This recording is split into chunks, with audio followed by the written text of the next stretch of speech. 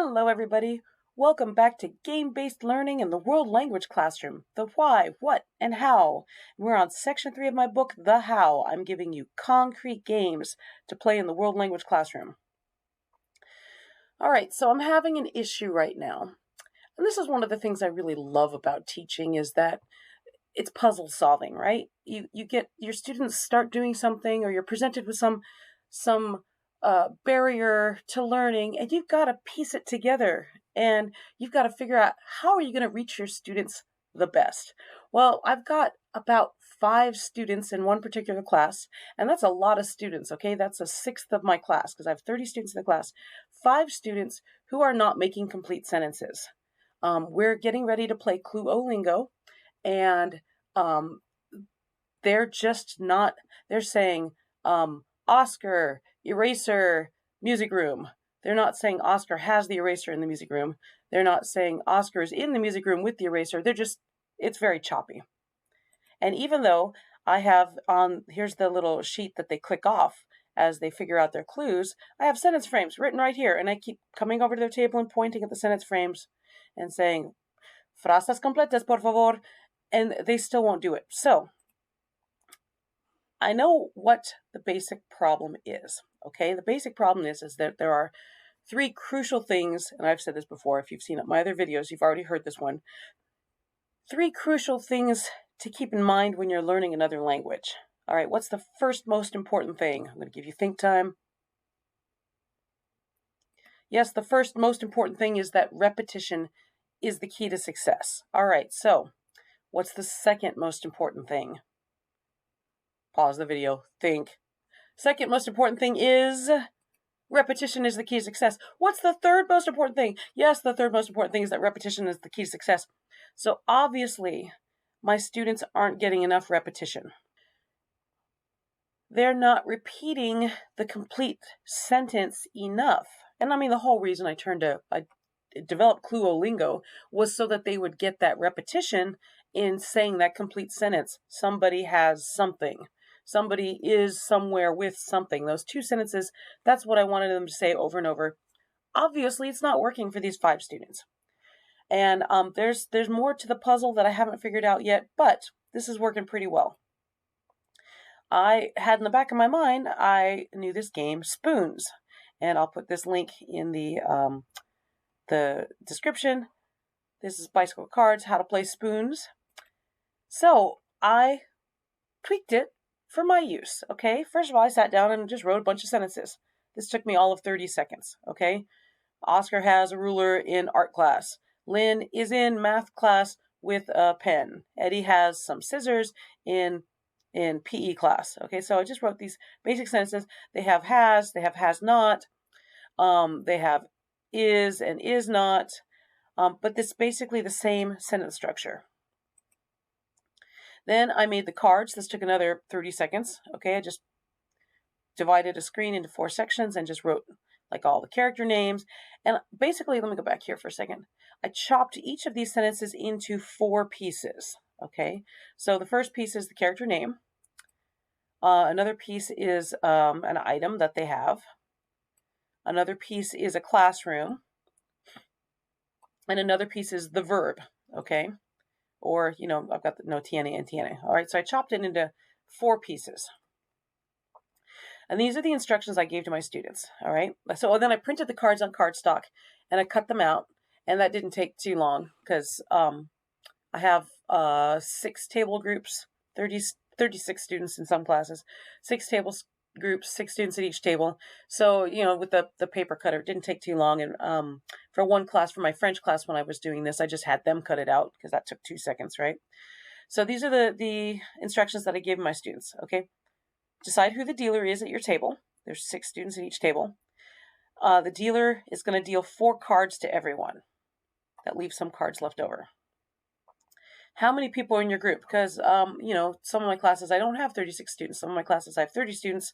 So those tables maybe have 5 students. Some of them have 4 students. All right. So there's that many people in your group. Now, this game is supposed to be spoons, right? Well, I just had my quinceañera falso yesterday. And I'm about to have my giant multicultural Matsuri Fiesta de la Fête next week, and I need my spoons. Okay, I don't want to use my spoons on this. I wouldn't have any left over for those things. And soy pobre, I have no money. I'm a teacher, right? So instead, I just grabbed my bucket of, I have these math manipulatives that I use as Cuisinière rods for if I'm doing silent way. I love how I just pronounced that in a French accent. If I'm doing silent way, I use these. And so I just have that bucket. And so I said, okay, take a cube. They're kind of like Lego blocks, all right?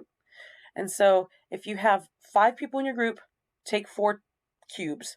If there are 6 people in your group, take 5 cubes. Okay, if you have 5 people in your group, take 4 cubes. So there's 1 less cube. This is going to be like musical chairs. All right, so you have the dealer. He's already dealt, sorry, I speak English. He's already dealt 4 cards to each player, and he puts the deck of remaining cards to his right. Okay, he's going to pick up a card. Oh, and by the way, this is projected on the board. These are all the possible sentences. Now, in the original Spoons game, you're supposed to make 4 of a kind. Okay, you want to get all the aces. You want to get all the jacks, whatever. No, not in my game, okay? Each of these sentences has been broken down to 4 pieces. You're trying to make that sentence. So the students are constantly looking up at the board to see the sentences. They're constantly saying the sentences over and over and over in their heads while they're trying to make their sentences, all right? So he's got his cards. He might have a person card. He might not. Okay. He might have a thing card. He might not. He might have a classroom card. He might not. He might have a verb card. He might not. Okay, remember I had 2 types of verb cards. All right, so hopefully I'll give them, they have a couple minutes before they start the game to look up at the sentences and decide, oh, I've got tiene. Okay, so it could be that. And I've got tijeras. I think I'll go for this one. No, I don't have Eddie, and I don't have en la clase de educación física. Okay, but I'm going to go for this one because I've got 2 of those. I've got, in my hand I have no TNA. Okay, I got to get rid of that one. So they got to make their strategy. Okay, and then the dealer is going to take a card and he looks at it and he says, does this card fit into the sentence I want to make? If it doesn't, he can pass it to the left. If it does, you can only ever have 4 cards in your hand at one time. So if it does fit into his hand, he's got to take one of those cards and get rid of it. Okay, so it's going to go to his left. All right, so he looks at it, decides if he wants it, passes it to the left. This guy, the next person, you can only ever have 4 cards. He looks at his cards. He says, do I want this card that the dealer just gave me? If I don't want it, I'm going to pass it to my left. If I do want it, I'm going to take one of these cards out of my stack and pass it to my left. Okay, and lather, rinse, repeat. It just goes on in a circle around the group. Okay, everybody can only have 4 cards at one time. Now, the fun thing is that the dealer doesn't have to wait for this card to come back around.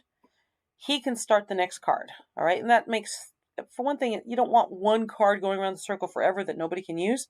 No, this is a very fast-paced game. So he can, he's already passed off his card to him. He's thinking about it. While he's thinking about it, he's looking at his next card and passing it off and passing it off. So everyone's got this tiny little pile next to them of cards, and they can only look at them one at a time. Don't let them flip all the cards over at once. Okay. When someone gets a whole sentence, remember there's however many cubes in the middle of the table.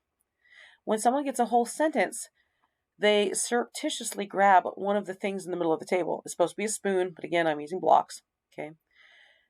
And then they wait for everyone else to notice, and they can keep playing and pretending like they're discarding stuff. Okay.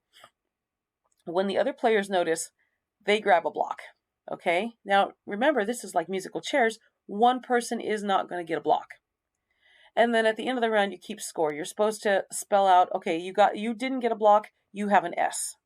All right, it's turn number 2, round number 2. You didn't get a block, now you have a P. And you're trying not to spell spoons, but in my case, it's bloque. All right, and then you switch dealers. All right, so, if you started, let them go clockwise or counterclockwise, whatever they want to do. They normally go in the same way that they're moving the cards. But my students are loving this so much. I was just expecting it as a warm-up to playing Clueolingo, but they're really getting into it. And so this has been a really fun tweak. So my Duolingo Educators Network buddies, This is a good way. You've got a skill you want to work on, and we can't assign skills at the moment. Go through the Duolingo sentences and chop them up into 4 pieces, and then have your class practice those sentences during class time. They're talking to each other. They're using the target language. It's much better than sitting behind a computer screen anyway. Have fun with this. So that's my idea. If you want to help me develop new games, come see me on the Duolingo Educators Network, the Minecraft Education Ambassadors, or the Minecraft Teachers Lounge. I'm hanging out at Roxem too, or studio-nemo.com. See you on the next episode.